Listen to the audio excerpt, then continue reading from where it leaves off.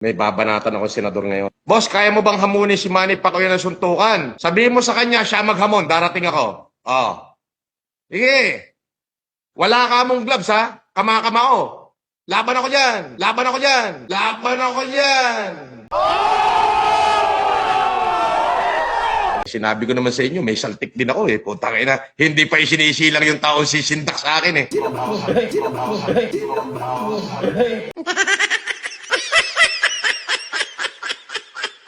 Okay mga kapengyo, punong-puno na nga ang ating bida. At talagang galit na mga kapengyo, no? Talagang kahit nga raw si Senator Manny Pacquiao, sasabayan niya ng suntukan basta walang gloves. Putang ina, antindi mo talaga kamatis, kulaong putang.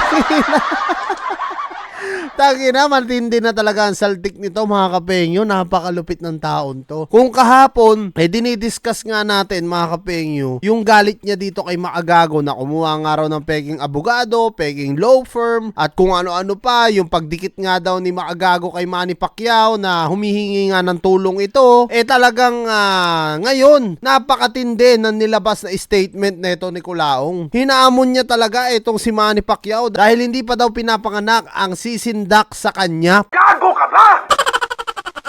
Putang ina, antindi talaga ng ating bida. Iba ka talaga, Kulaong. Ikaw na talaga ang idolo naming lahat dito sa social media. Isa kang tunay na clown. 2 beses na yan! Sigurado ako mga kapengyo, bigwasan lang ni Manny Pacquiao ng lepok to. Sigurado, hindi magigising ng 1 taon to.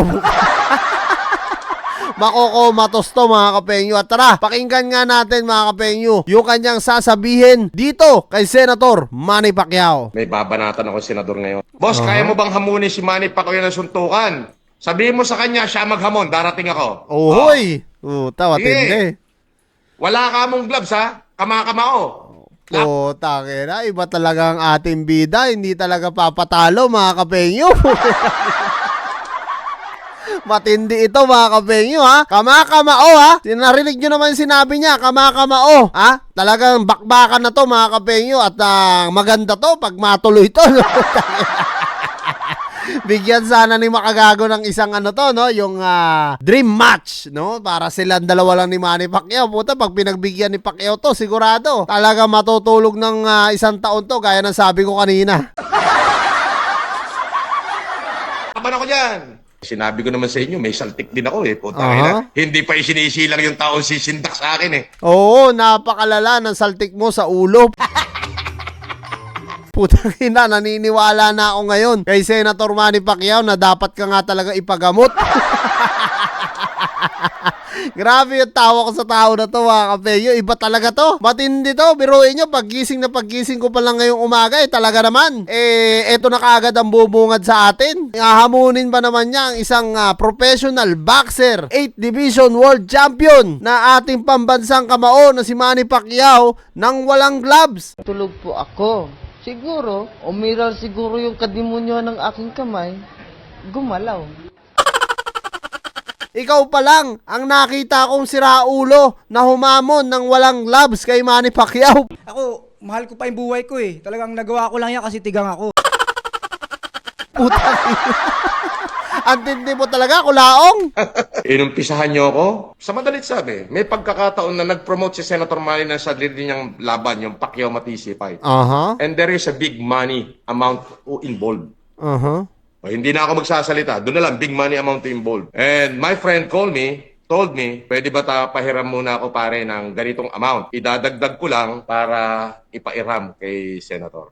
Ayun, so parang dito, ini-explain niya na yung Matisi fight neto ni Manny Pacquiao. Na sa katunayan daw na nanghiram talaga etong si Manny Pacquiao at ngayon yung kaibigan nga niya tumawag nga daw sa kanya para manghiram ng pera etong si Senator Manny Pacquiao para lang matuloy etong Matisi fight. Gaya nga nasabi ko kagabi o kahapon, bakit pa sa'yo manghihiram etong si Senator Manny o yung kaibigan mo? Siguro naman yung hiniraman ni Senator Manny Pacquiao hindi naman siguro naghihirap pa sa buhay, no? At tsaka, Senator Manny Pacquiao, syempre kung manghihiram yan, doon na sa kakilala niya talaga na may pera rin. Kaya nagtataka lang ako, bakit yung hiniraman ni Pacquiao, ako sakali man na nanghiram, kasi hearsay lang naman to eh. Kung sakali man nanghiram si Pacquiao doon sa taong yun, hindi man lang ba minake sure ni Pacquiao kung ano yung background nung hinihiraman niya? Tapos sa'yo pa manghihiram talaga, ha? Sa'yo pa mismo manghihiram yung tao? Para nakakapagtaka naman mga kapengyo. Diba? Kasi kahit man kayo siguro lumagay sa pwesto ni Pacquiao, kunyari ako